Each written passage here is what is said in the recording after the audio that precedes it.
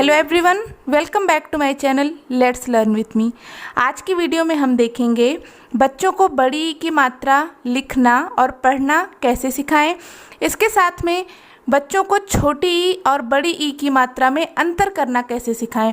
बच्चे बहुत सारी मिस्टेक करते हैं, दोनों मात्राओं में कन्फ्यूजन बहुत होती है उन्हें। तो आज की वीडियो में मैं बताने वाली हूँ कुछ ऐसी ट्रिक्स जिससे आप बच्चों को दोनों में अंतर करना आसानी से सिखा सकते हैं। तो चलिए शुरू करते हैं। बड़ी ई की मात्रा व्यंजन वर्ण के बाद में लगाई जाती है कुछ इस तरीके से। तो सबसे पहले बच्चों को सभी व्यंजन वर्णों पर बड़ी ई की मात्रा लगाकर उन्हें लिखना और उसका उच्चारण करने का अभ्यास कराएं। जैसे क पे बड़ी ई की मात्रा की, ख पे बड़ी ई की मात्रा खी, ग पे बड़ी ई की मात्रा गी। तो इस तरह से क से लेके ज्ञ तक सभी व्यंजन वर्णों पर बड़ी ई की मात्रा लगवाइए, उसे लिखने का अभ्यास कराइए और साथ में उसको उच्चारित भी करवाइए। इससे बच्चों को पता चलेगा कि जब किसी व्यंजन वर्ण पर बड़ी ई की मात्रा लगती है तब उसके स्वर में क्या परिवर्तन होता है, उसका साउंड किस तरीके से परिवर्तित होता है। इसके बाद जब बच्चों को आप इसका अभ्यास करा दें, फिर इन वर्णों के साथ में दूसरे व्यंजन वर्ण जोड़कर हम बच्चों को शब्द बनाना सिखाएंगे।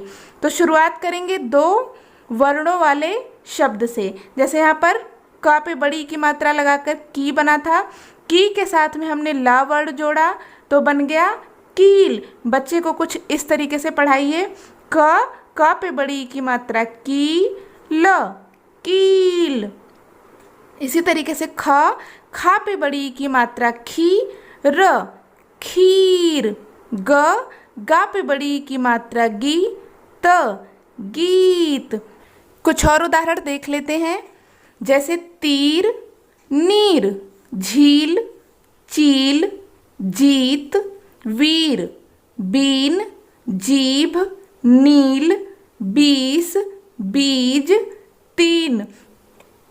यहाँ पर कुछ और शब्द हैं जैसे छड़ी, घड़ी, नदी, लड़ी, कली, फली, गली, सभी, परी, हरी, कड़ी, बड़ी।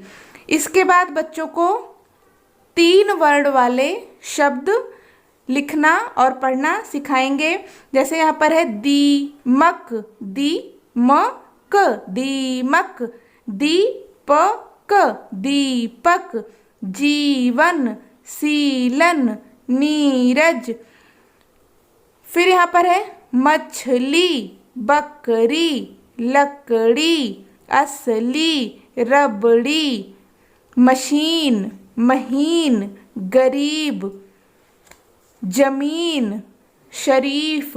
तो देखिए यहाँ पर अलग अलग वर्णों पर ई की मात्रा लगी हुई है। जैसे यहाँ पहले वर्ण पर है, यहाँ पर आखिरी वाले वर्ण पर है और यहाँ पर बीच वाले वर्ण पर है।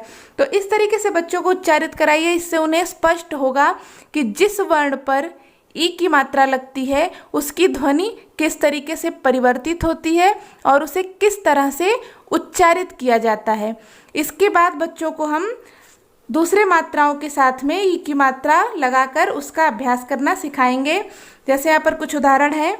जाली, यहाँ पर अब आ की मात्रा भी लग गई साथ में। ज पे आ की मात्रा जा, ला पे बड़ी ई की मात्रा ली, जाली। था पे आ की मात्रा था, ला पे बड़ी की मात्रा ली, थाली। इसी तरह से दादी, नानी, बाली, रानी, दानी, काकी। फिर देखिए यहाँ पर मात्रा बदल करके यहाँ पे दूसरे वर्ण पर लगी थी, यहाँ पर अब पहले वाले वर्ण पर बड़ी की मात्रा लगी है। हीरा, खीरा, मीना, गीता। फिर देखिए यहाँ पर छोटी ई और बड़ी ई दोनों मात्राएं लगी हुई हैं। जैसे खिड़की, छिपकली, हथकड़ी, बिगड़ी। तो इस तरीके से बच्चों को मात्राएं बदल बदल करके जब हम बोलने का अभ्यास करवाएंगे तो बच्चों को समझ में आएगा कि जहाँ पर भी ई की मात्रा लगती है उसकी ध्वनि किस तरीके से परिवर्तित होती है, वहाँ पर किस तरीके से बोलना है। छोटी ई की मात्रा है तो थोड़ा झटके से बोलना है, बड़ी ई की मात्रा हो तो थोड़ा खींच करके बोलना है। छोटी ई की मात्रा में कम समय लगता है बोलने में और बड़ी ई की मात्रा को बोलने में थोड़ा सा ज़्यादा समय लगता है। तो हम बात करते हैं कि बच्चों को छोटी ई और बड़ी ई की मात्रा में अंतर करना कैसे सिखाएं। तो जैसे आप देख सकते हैं यहाँ पर मैंने कुछ उदाहरण लिखे हैं। तो इस तरह के उदाहरण के माध्यम से आप बच्चों को दोनों मात्राओं में अंतर करना सिखा सकते हैं। जैसे यहाँ पर छ पे छोटी की मात्रा छी न छिन और यहाँ पर छ पे बड़ी की मात्रा छी न छीन। तो देखिए दोनों शब्द एक ही हैं, लेकिन एक मात्रा बदलने से इनका अर्थ किस तरह से बदल जाता है और इनके उच्चारण का तरीका कैसे बदलता है। छिन छीन, दिन दीन, खिल खील, मिल मील। इसी तरीके से पिता पीता, कली कली, छिल छील, हरी हरी। तो आप भी इस तरीके से उदाहरण लिख करके बच्चों को दोनों का उच्चारण करना सिखाएं, एक साथ में बोलने को कहें और इनमें जो अंतर आ रहा है, ध्वनि का जो परिवर्तन हो रहा है, यहाँ पर छोटी ई की मात्रा लगी तो किस तरीके से उच्चारित हो रहा है और जब बड़ी ई की मात्रा लगी तो इसका उच्चारण किस तरीके से हो रहा है, इसका अंतर समझाएं। हिंदी देखिए ऐसी भाषा है जहाँ पर हम जो बोलते हैं वही लिखते हैं और बच्चों को ये चीज़ समझ में आनी चाहिए कि जब किसी व्यंजन वर्ड पर कोई मात्रा लगती है तो उसके स्वर में किस तरीके से परिवर्तन होता है और उसे उच्चारित किस तरीके से किया जाता है। तो जब आप इस तरह से उदाहरण लिख करके और उसे उच्चारित करने को कहेंगे तो बच्चे को समझ में ज़रूर आ जाएगा कि यहाँ पर छोटी की मात्रा है तो इसको थोड़ा जल्दी से बोलना है और जहाँ पर बड़ी की मात्रा लगती है तो उसे थोड़ा सा खींच के बोलते हैं। छिन छीन, दिन दीन।